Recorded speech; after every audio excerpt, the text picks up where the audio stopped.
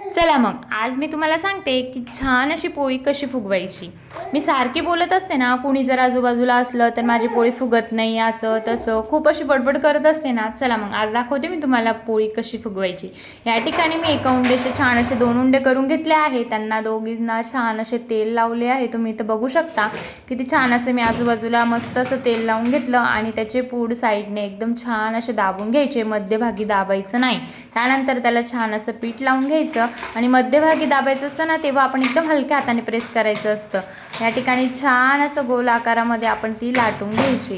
आणि आपण जेव्हा पोळी लाटत असतो ना, तेव्हा आपण काय करतो 4-4 5-5 वेळा ती पोळी पलटत असतो। असं मी जेव्हा घाईत असते ना, तेव्हा मी पण तसंच करते, म्हणजे 4-4 5-5 वेळा मी पोळी पलटवत असते आणि तेव्हा ती पोळी काही माझी फुगत नाही। पण अशा पद्धतीने जेव्हा मी लाटते ना, तेव्हा माझी पोळी खूप छान आणि अशी टम्म फुगते। असो मग या ठिकाणी बघा मी एकच साईडने म्हणजे एकच दार मी ती पलटवलेली आहे आणि इथे बघू शकता तावा पण खूप छान असा कडक तापलेला आहे। पोळी टाकली की गॅस आपण मोठा करायचा असतो, तेव्हा म्हणजे इतका पण मोठा नाही, थोडा मीडियम करायचा, पण एकदम कमी गॅसवर पोळी शेकायची नाही, तेव्हा ती छान अशी फुगत नाही।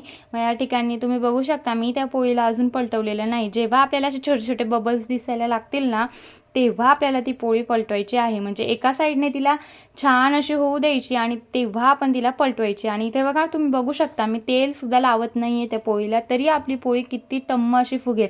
जेव्हा आपल्याला आपला नवरा शॉपिंगला घेऊन नाही जात ना, तेव्हा आपण कसं फुगून बसतो, आपण म्हणजे सगळ्याच बायका तशाच करत असतात। जेव्हा आपले नवरे आपल्याला शॉपिंगला घेऊन नाही जात ना, तेव्हा आपण कसं फुगून बसत असतो, त्याच प्रकारे ही पोळी पण आता तशीच फुगणार आहे। आता तुम्ही इथे बघू शकता मी पण अशीच फुगत असते माझ्या नवऱ्यावर असो गंमत केली। आता तुम्ही इथे बघा पोळी किती छान अशी फुगलेली आहे आणि आता आपण तिला काय करायचं, काठाने शेकण्यासाठी आपला एक पोळींचा रुमाल घ्यायचा आणि त्याच्याने छान अशी काठं शेकून घ्यायची। आणि इथे बघा तुम्ही पोळी किती छान अशी भाजली गेलेली आहे, कोणत्याही साईडला ती कच्ची राहत नाही।